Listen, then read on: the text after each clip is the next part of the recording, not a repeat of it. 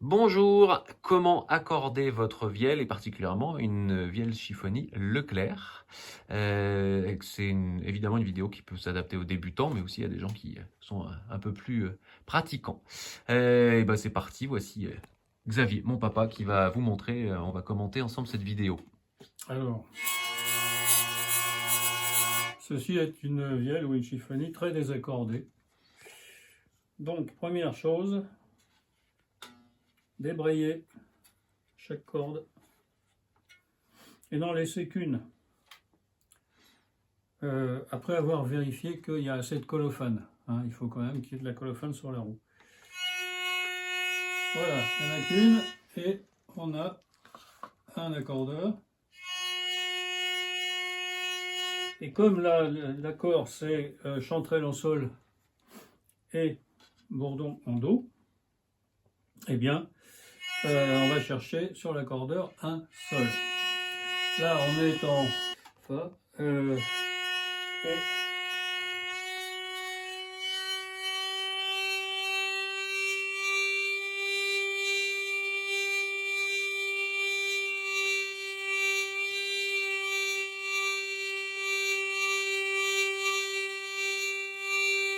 voilà. Cette corde-là est accordée en sol.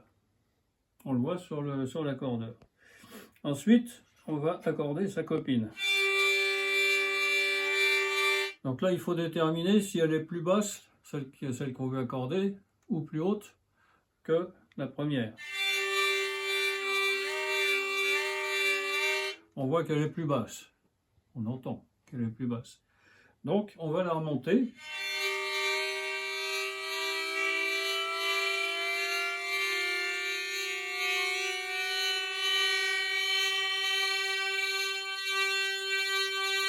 Et il y a un moment où les vibrations wa wa wa cessent.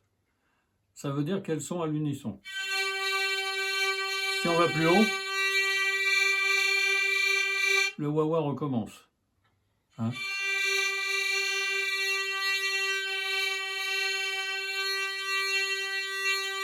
Voilà. Ensuite, on va accorder la trompette qui doit être en do. On commence par la trompette parce qu'elle est moins puissante que le gros bourdon. Donc là, on constate qu'elle est basse.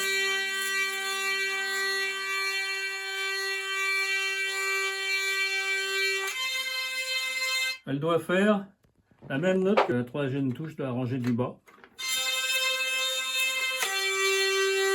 Voilà. C'est celle qui fait le chien. On va voir après comment ça marche. Et puis, ensuite, on met le bourdon. Voilà. Il est vraiment très faux. Et si je vais trop haut, c'est pas très grave, il y a de la marge avec les cordes qu'on monte sur nos chiffonnies. Voilà. Et si on veut vérifier que le bourdon est juste, sur nos chiffonnies, il y a un capodastre.